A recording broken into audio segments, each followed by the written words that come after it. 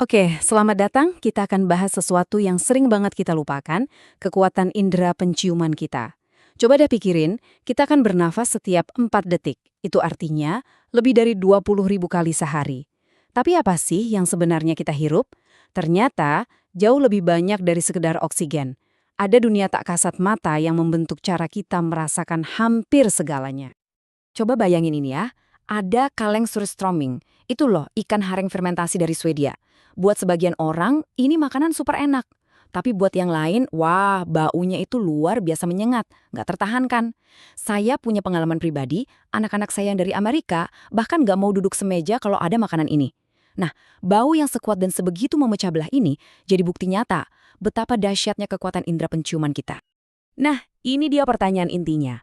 Selama berabad-abad, penciuman itu dianggap sebagai indera yang primitif, kalah kelas dibanding penglihatan atau pendengaran.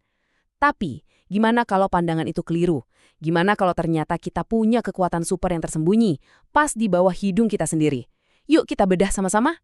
Oke, untuk ngerti kenapa kita suka meremehkan penciuman, kita perlu mundur dulu ke Paris abad ke-19. Di masa itu, muncul sebuah gagasan ilmiah yang kuat banget, dan dampaknya masih terasa sampai sekarang dalam cara kita memandang hidung. Jadi biang keladinya itu seorang dokter dan ahli fisiologi Prancis bernama Paul Broca. Teorinya begini, evolusi manusia itu terjadi dengan mengorbankan indera penciuman. Kata dia, seiring lobus frontal kita, bagian otak untuk berpikir dan berbahasa, makin canggih, bagian otak untuk mencium justru menyusut.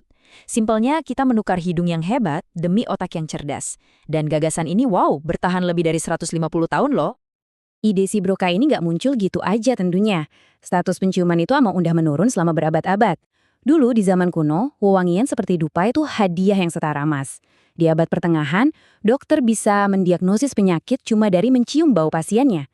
Tapi begitu revolusi ilmiah datang, yang diutamakan adalah apa yang bisa dilihat dan diukur. Puncaknya di abad ke-19, saat kebersihan jadi segalanya, bau dianggap sebagai sesuatu yang jorok dan primitif. Nah, sekarang kita masuk ke bagian yang paling seru. Penelitian modern ternyata benar-benar menjungkir balikan mitos lama ini. Ternyata hidung kita itu jauh lebih hebat dari yang kita kira. Mari kita lihat buktinya. Ada seorang ahli zoologi, Matthias Laska, yang mengumpulkan semua penelitian yang membandingkan penciuman hewan dan manusia. Hasilnya benar-benar mengejutkan. Untuk sebagian besar jenis bau, manusia ternyata lebih sensitif daripada tikus, bahkan monyet sekalipun. Satu-satunya yang jelas-jelas ngalahin kita ya anjing, si raja penciuman. Tapi bahkan lawan anjing pun kita masih bisa bersaing loh. Jadi, seberapa sensitif sih kita? Gini deh, para ahli anggur itu bisa mendeteksi 1 nanogram, itu 1/1.000.000 gram feromon dari lalat buah betina di dalam segelas anggur. Itu sama aja kayak mendeteksi 1 tetes cairan di dalam 20 kolam renang ukuran olimpiade. Gila kan? Hidung kita itu instrumen yang luar biasa presisi. Dan masih banyak lagi yang keren. Mahasiswa di Berkeley itu bisa dilatih melacak jejak coklat kayak anjing pelacak. Otak penciuman kita juga nggak menyusut. Jumlah neuronnya sama kayak tikus. Dan yang paling penting nih, sebagian besar yang kita sebut rasa, kayak nikmatnya kopi, manisnya stroberi, itu sebenarnya adalah bau yang kita cium lewat jalur belakang tenggorokan pas kita makan dan minum. Oke, jadi jelas ya, kita punya indera penciuman yang super kuat. Pertanyaannya, terus kenapa? Apa pengaruhnya buat hidup kita? Nah, pengaruhnya itu jauh lebih dalam dari sekedar menikmati makanan enak. Penciuman membentuk ingatan kita, emosi kita, bahkan sampai pandangan sosial kita, seringkali tanpa kita sadari. Pernah dengar istilah momen Proustian? Ini dari penulis Marcel Proust yang cerita gimana dia mencelupkan kue ke dalam teh.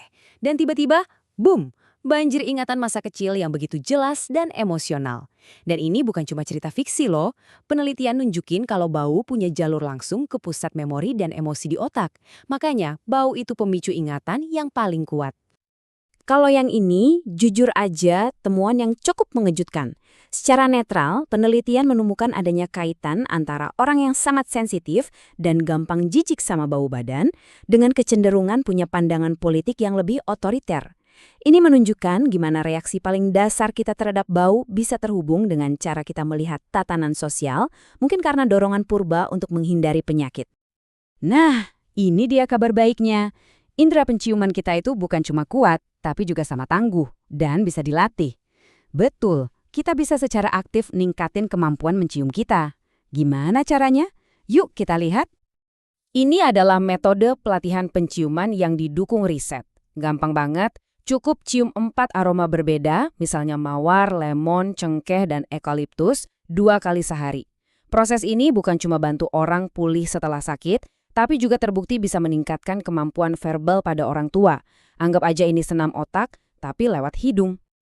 Buat siapapun yang pernah ngalamin parosmia, kondisi di mana bau jadi aneh dan gak enak setelah kena infeksi virus seperti COVID-19, ada harapan besar.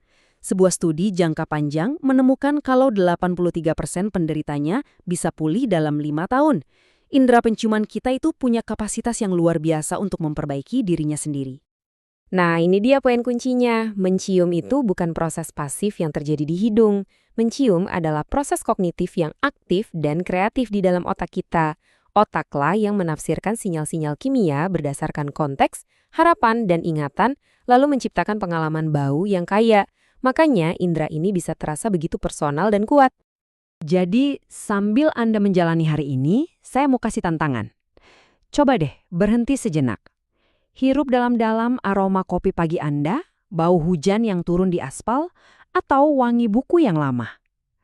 Dengan menyadari kekuatan yang sering kita abaikan ini, kita bukan cuma memperkaya hidup, tapi juga terhubung kembali dengan salah satu bagian paling mendasar dan menakjubkan dari menjadi manusia.